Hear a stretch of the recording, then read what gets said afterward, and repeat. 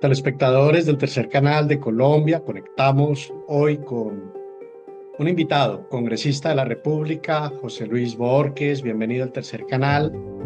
Gracias por aceptar esta invitación. Y José Luis, lo hemos invitado porque estamos preocupados con varios temas. Para empezar, eh, el páramo de Santurbán. Eh, el- Vimos un discurso suyo vehemente con una denuncia en el Congreso de una empresa canadiense de minería que estaría atrás de la riqueza y del recurso mineral, perdón, que hay ahí en este páramo. Pero ¿qué es lo que está pasando realmente? Bueno, pues un saludo a su merced y a toda la gente que nos ve aquí por el Tercer Canal. Gracias por la invitación. Pues lo que está pasando es la crónica de una muerte anunciada, porque estamos a escasos días del nuevo gobierno del señor Abelardo de la Espriella y hoy todos los focos en su mayoría están centrados en la lamentable tragedia del terremoto, los impactos, los desaparecidos, los muertos, la reconstrucción, las ayudas. Pero como si estuviéramos en un mundial de fútbol, que la gente tiene su mente puesta en una sola actividad, por debajo el Estado se sigue moviendo, el gobierno se sigue moviendo. Y el gobierno representado en el ministro Arjona, ministro de Medio Ambiente, pues tomó una decisión que pareciera ser era necesaria en términos legales, porque es lo que él expresa, pero que políticamente, pues excúseme la frase, no va a tapar el sol con un dedo. ¿A qué me refiero? El gobierno Petro dejó unas resoluciones en los últimos días de su gobierno a través del Ministerio de Medio Ambiente. Una de esas resoluciones dejaba la protección sobre 1.499 hectáreas para proteger la microcuenca de la zona de La Baja, declarándola zona de reserva. En consecuencia, no se puede hacer minería en ese sector. Esa resolución, el ministro, a escasos días de llegar a su cargo, toma la decisión de revocarla. Hace la figura jurídica de la revocatoria directa. Yo emití este acto, yo, autoridad, lo quito. Y básicamente quita la protección sobre 1.499 hectáreas de la zona de Santurbán, microcuenca, en la zona de La Baja. Bueno, cuando desnudamos estos, entonces el señor sale a decir que nosotros somos unos falsos ambientalistas y que básicamente el gobierno Petro se equivocó en cómo sacó esa resolución, porque dice él, fue una resolución improvisada y express, y que él está haciendo caso a un juez, dice él, a un juez de tutela, que le dio la orden, dice él, de revocar eso. Bueno, pues nosotros estamos diciendo que eso es falso, porque cuando uno mira el resuelve de la tutela, el resuelve, perdóname, cito algo muy corto, tiene 9 órdenes. La orden número 4 dice, comillas, ordenar al Ministerio de Ambiente y Desarrollo Sostenible que en el término de 48 horas contadas a partir de la notificación del presente fallo, deje sin efectos el trámite surtido en la consulta pública adelantada respecto del proyecto de resolución por el cual se delimite y declara la reserva de recursos naturales renovables de carácter definitivo La Baja. Bueno, ahí no dice revoque, no dice quite, elimine la declaración de protección sobre estas 1.499 hectáreas. Lo que dice la tutela, y por lo cual da esta orden, es que unos ciudadanos consideraron que la declaratoria de esa reserva le faltó cumplir más eh, requerimientos en términos de participación pública. Es decir, que más personas que viven en el sector pudieran pronunciarse y conocer sobre el proceso. Entonces, lo que hace el juez de tutela es reconocer el derecho fundamental de ellos a la participación pública y decir, repita el proceso de consulta pública. No dice revoque, quite, elimine la protección Bueno, sobre 1.499 hectáreas. Entonces, termino con esto, sí. porque esto es lo más grave a mi criterio. Entonces alguien diría, no, pues es que esta gente son unos extremistas, los de izquierda, mejor dicho, estos manes no quieren dejar gobernar. Bueno, qué coincidencia que a quién le sirve que quiten esta declaratoria de protección sobre esas hectáreas. Bueno, a una empresa, Iris Mining, una empresa canadiense que antes era árabe, los que tenían ese título minero. Entonces decía que Santurbán iba a ser de los árabes, si te acuerdas. Pues no, hoy no es de los árabes, hoy es de los canadienses, porque se la vendieron a canadienses. Oh, sorpresa, que es la misma empresa que el ministro Arjona, cuando era candidato a hablar de la estrella, salió a decir en un medio de comunicación, Caracol Noticias, que él quisiera que esa empresa, modelo de minería sostenible, fuera la que explotara el páramo de Santurbán. Entonces, excúseme, no nos pueden creer tontos de que revocan una resolución en menos de 20 días del gobierno para cumplir un fallo judicial que va a beneficiar a una minera que en campaña dijeron que era su faro industrial de la minería. Eso es lo que está pasando. Y es José Luis Borges, congresista de la República, quien nos acompaña hoy en el tercer canal de Colombia. Se han suscitado muchas polémicas, muchos ataques al gobierno saliente, muchas cortinas de humo, muchas decisiones nefastas express se han tomado en estos días, en estos pocos días del ilegítimo. Y frente a esto, bueno, han pasado muchas situaciones, pero una de esas situaciones que nos encontramos tiene que ver con César Pachón y con una pauta publicitaria a influencers que buscaban desprestigiar sectores también de la izquierda en el departamento de Boyacá, creo que en Duitama. Es un tema un poco más regional, pero hay que preguntarlo. ¿Esto es cierto? ¿Es un rumor? ¿Y cómo está esa relación con César Pachón, congresista? Pues hay una realidad, y es que la política es como el amor.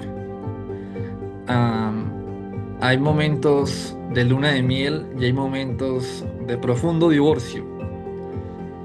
Y es porque la política pues combina muchas emociones. La realidad es que sí. Lamentablemente hace unos días salió un escándalo en el cual el señor al que usted se refiere como jefe de la ADR, el gobierno Petro, declaró día hábil el 8 de agosto del nuevo gobierno, un sábado, para sacar un montón de contratos. El señor hábilmente dice que es que él es campesino y que los campesinos trabajan los sábados.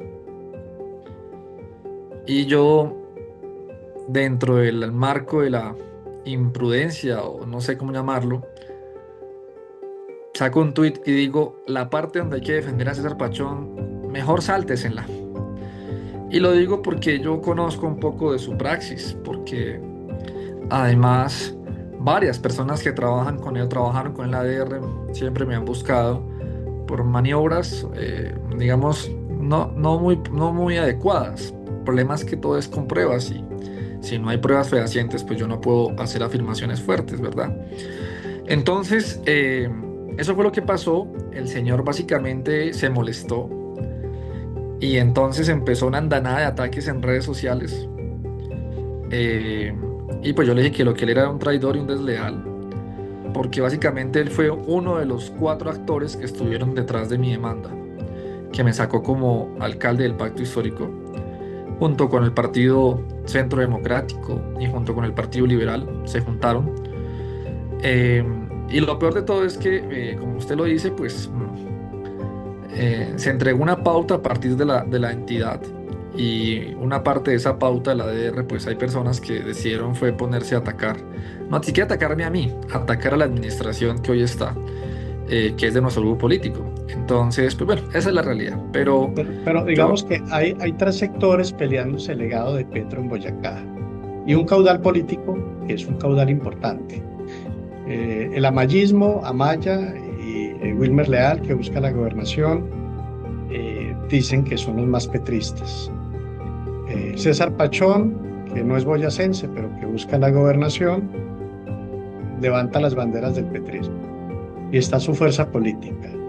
¿Son 3 fuerzas divididas o son 3 fuerzas unidas? Yo siempre he dicho que Boyacá es un departamento muy conservador. Muy conservador. Si usted mira las cifras, compañero Daniel, usted se va a dar cuenta que de 123 municipios, el progresismo en presidenciales gana en 4 o en 5 municipios. Las ciudades y 2 o 3 pueblos más. Esa es la realidad. Entonces, el resto de los municipios le votan al Partido Conservador, a Cambio Radical, al Partido de la U, etc. ¿Por qué? Por un proceso histórico, un proceso, digamos, de demasiado conservadurismo, etc. Así que yo no entraría a decir que yo me estoy peleando el legado del presidente Petro, porque además yo reconozco que Gustavo Petro es hoy tal vez el líder natural del progresismo, pero esto no es un caudillismo, esto no es lo que una persona diga. Para mí, el pacto histórico es un momento en el cual todos los sectores políticos progresistas se juntaron para sumar fuerzas y sacar unas reformas adelante. Yo respondí a ese llamado. Sí. Pero las elecciones presidenciales que pasaron ahorita fueron con Iván Cepeda, no fueron con Gustavo Petro.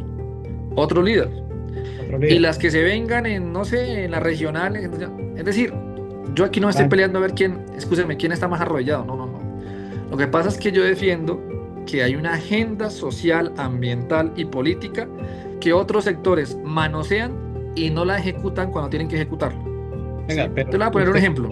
Sí, pero ¿usted qué cree, José Luis? ¿Que a Petro sí le pusieron los cachos o no le pusieron los cachos?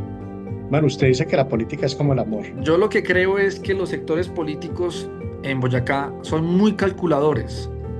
Entonces, yo estoy seguro que todo el grupo político de Carlos Amaya y de Wilmer Leal o el que sea, no empujaron la candidatura porque hay personas allá que no comparten nuestra visión. Es una realidad.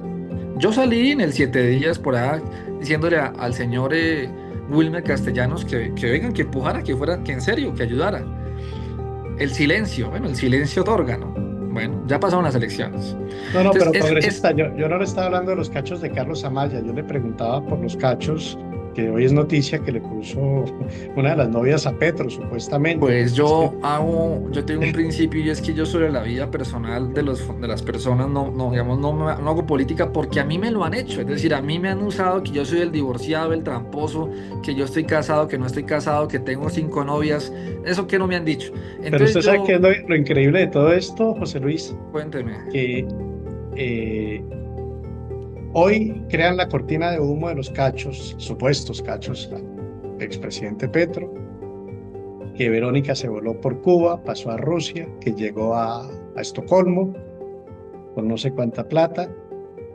Y lo terrible de esto es que están entrando tropas de Israel, de un país genocida que asesinó más de 70.000 personas.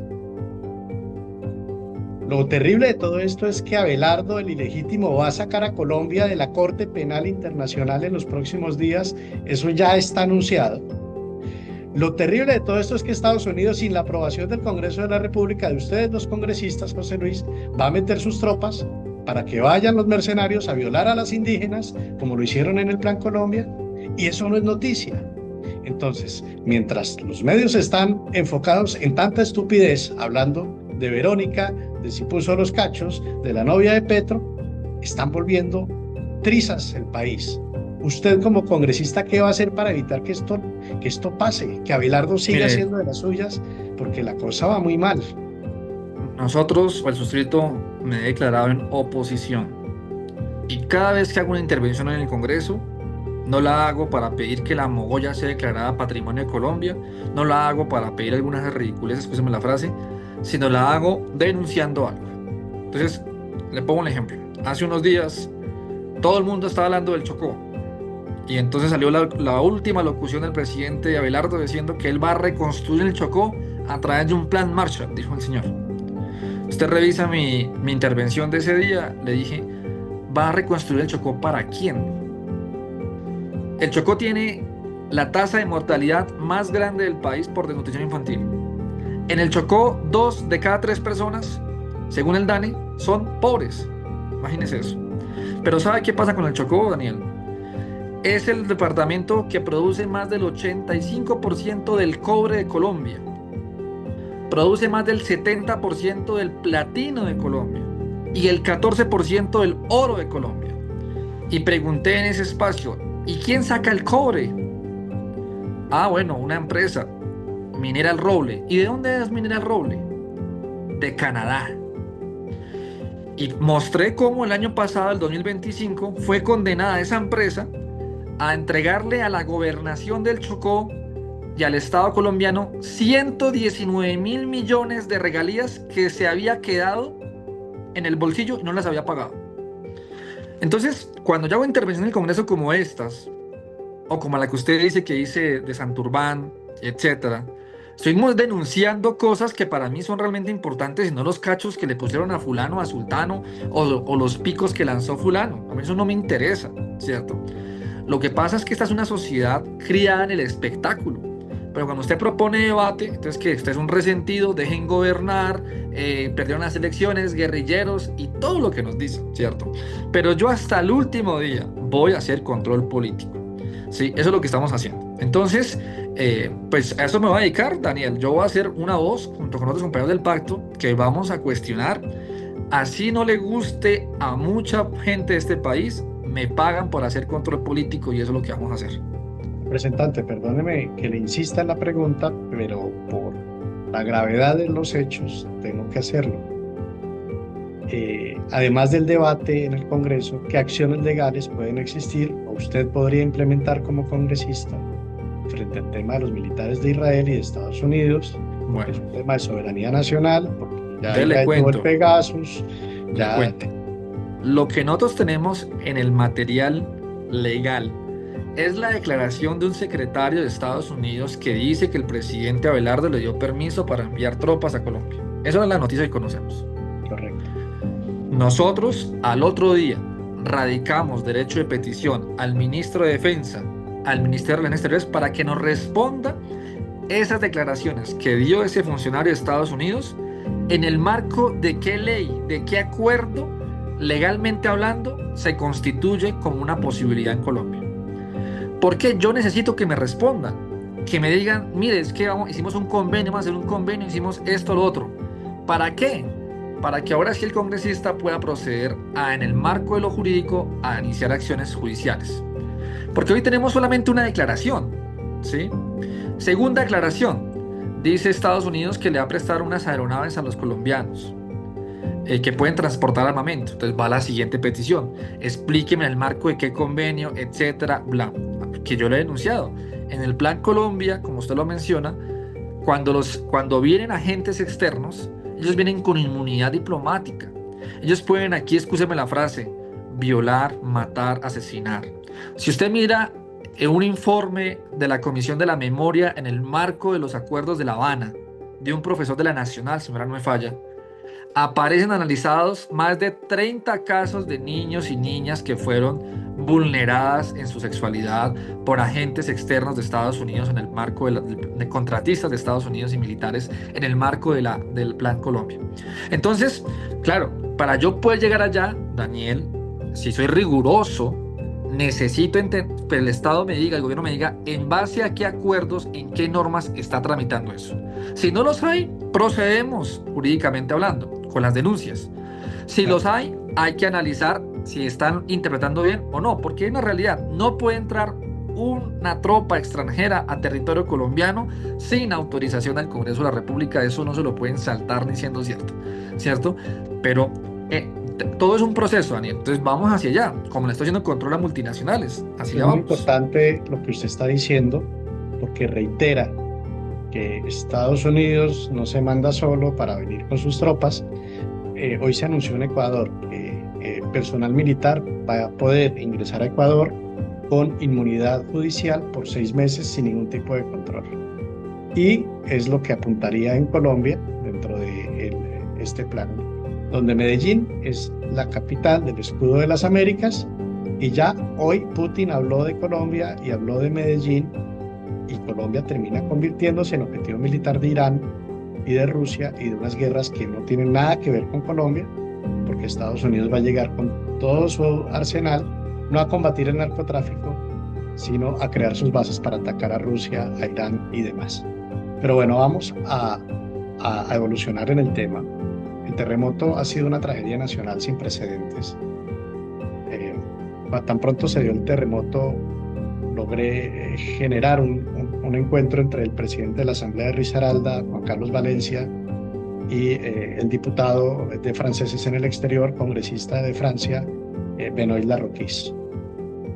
Me dio una gran sorpresa cuando el diputado francés me dice: Daniel, Colombia no ha pedido ningún tipo de ayuda formalmente. Ya habían pasado casi 48 horas después del terremoto y Colombia no había hecho esa solicitud al gobierno de Francia. Y si no se pasa una carta que no se necesita más, no se activan las ayudas.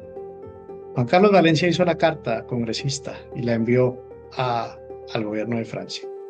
Sin embargo, minutos después empezó la noticia de que el gobierno de Abelardo había rechazado las ayudas. Luego, más adelante, el periódico El Espectador publica un artículo diciendo que un funcionario del gobierno Petro era el que había rechazado las ayudas, cosa que no depende de un funcionario de ninguna índole, es un tema de gobierno nacional y de Cancillería. El único que puede rechazar las ayudas es la Cancillería, que es el Ministerio de Relaciones Exteriores, no ningún funcionario de nivel medio de ninguna entidad del gobierno. Dicho lo anterior, Colombia rechazó las ayudas. El presidente Abelardo hace una locución y en esa locución da unas cifras desfasadas según el periódico El País, distintas a las cifras reales de desaparecidos y de víctimas. La pregunta es la siguiente: ¿qué responsabilidad política se le puede dar al presidente Abelardo de la Espriella en la muerte de estas víctimas que no fueron rescatadas por esa negligencia y por ese prevaricato? Este tema podría ser llevado, por ejemplo, a la Comisión de Acusaciones de la Cámara de Representantes, o se lo van a pasar por la galleta y ya. ¿Qué piensa usted? Bueno, hoy hay una realidad y es que el gobierno de Abelardo ha mostrado que tiene una capacidad para excusarse muy fuerte, porque el ministro de Vivienda, que estaba en una boda y de parranda en Santa Marta, básicamente sale a decir que qué pena, pero que él también era padre de familia y tenía tiempo con su familia y que pues éramos unos malos seres humanos y cuestionábamos que no tuviera descanso, no tuviera derecho a su familia. Bueno. Luego aparecemos criticando y diciendo, oiga, que los topos de México, que los compañeros de parte de la Unión Europea, entre otros, han manifestado, y la ONU, perdón, han manifestado que no han recibido la solicitud oficial para enviar ayuda. Y la respuesta del gobierno de Abelardo es, no, es que un funcionario del gobierno Petro no lo dejó entrar, eso no es cierto. Como usted lo dice, es el Ministerio de Relaciones Exteriores, entre otros, los que deben proceder con eso. Entonces, lo que quiero decir con esto es que el gobierno de Abelardo tiene una magia para poner retrovisor para todo, ¿sí? Pero hace unos días el expresidente Petro y el compañero Iván Cepeda ayer salieron en su alocución a mostrar cómo, entre otros, el barco que se adquirió para el hospital móvil que se mueva por los ríos, se mostró cómo funcionarios no fueron usados, primero porque no hubo empalme, porque los señores no tenían conocimiento. Le preguntan a la ministra de Salud, a la señora Vesga, por qué no envió el barco rápidamente a atender la parte del Chocó, todos los pueblos de ahí para arriba que estaban desolados, y la respuesta es que ya no tenía conocimiento del barco, pues que no hicieron empalme, ¿sí? Entonces sí hay una responsabilidad muy seria, no solamente no permitir que vengan compañeros de otros países a colaborar, sino que además se pusieron a escoger qué países sí, qué países no. Entonces dicen, no, bienvenidos hoy de las brigadas internacionales, la que tiene más personas en Colombia es Israel. Y yo hacía una pregunta hace unos días en un medio de comunicación, y cuénteme, ¿cuántos temblores tiene Israel? O sea, ellos lo único que saben hacerlo con respeto al gobierno de Netanyahu, lo que hace es bombardear a otros. Pero ¿por qué con respeto? Si son unos genocidas. Sí, claro, digo con respeto en el marco, hago una claridad con respeto en el marco, y es que sí, no todos los ciudadanos de Israel piensan como Netanyahu. Entonces, a eso me refiero. Entonces, como no todos los colombianos defendemos a Pablo Escobar. Para no caer en el antisemitismo, que es, digamos, exactamente. Entonces, por eso digo, a ese punto voy. Entonces, en ese marco, pues lo que estoy diciendo es, Israel no tiene una connotación frente al tema, lo tienen los mexicanos, ¿cierto? Que han vivido con un montón de, y están certificados, lo tiene la ONU, que ha tenido un montón de desastres en el mundo. ¿Pero por qué pasa esto? Porque el señor Omar Bula, el nuevo canciller, ha dicho hasta la saciedad que la ONU es lo peor, básicamente. O sea, han anunciado que nos retiramos de la Corte Penal Internacional, que eso no sirve, ¿cierto? Entonces, es una visión sectaria, ¿cierto?, de lo que está pasando hoy. ¿Que eso va a tener repercusiones? Yo creo que sí. Todavía estamos en una fase muy reciente del terremoto, Daniel. Pero esto van a pasar las semanas y se va a ir conociendo más cosas. A medida que se conozca, el rigor de las pruebas nos permitirá decidir avanzar en la comisión de acusaciones o en otros órganos frente a otros funcionarios. Eso es una realidad, ¿cierto? Entonces, todo al paso a paso. Hoy lo importante sí es, y yo quiero celebrar algo, Daniel, ha sido conmovedor ver en las redes sociales a gente indistinta de su posición política mandando hasta, mejor dicho, una libra de panela para que la gente pueda resistir en tantos lugares. Entonces, eso, me quedo con eso. Y lo otro ya será parte de nuestro proceso político, revisar con minucia qué ha pasado, qué llegó y qué no llegó, y cuáles fueron las decisiones que se tomaron. Muchas gracias, José Luis Borges, por concedernos esta entrevista para el Tercer Canal. A ustedes, muchas gracias y un feliz día. Bueno, José Luis, muchas gracias. Ayúdanos a seguir con nuestra labor periodística a través de nuestro NECI 310-779-3518. Lo hiciste artísticamente y lo hiciste con las víctimas, que eso es un mensaje a dar. Caminamos juntos, todos con el progresismo por las calles defendiendo el plebiscito por el sí. ¿Cuál es la capacidad de generación de vivienda? ¿Los subsidios para quién son? Diciendo que le vamos a quitar los privilegios a los políticos. La política no descansó este fin de semana con estos personajes señalados por corrupción. Sí, señora, sí, señores. Llega la central. Este espacio semanal que hemos concebido para reflexionar sobre asuntos coyunturales. Allí vivía la familia de Pablo Escobar Gaviria.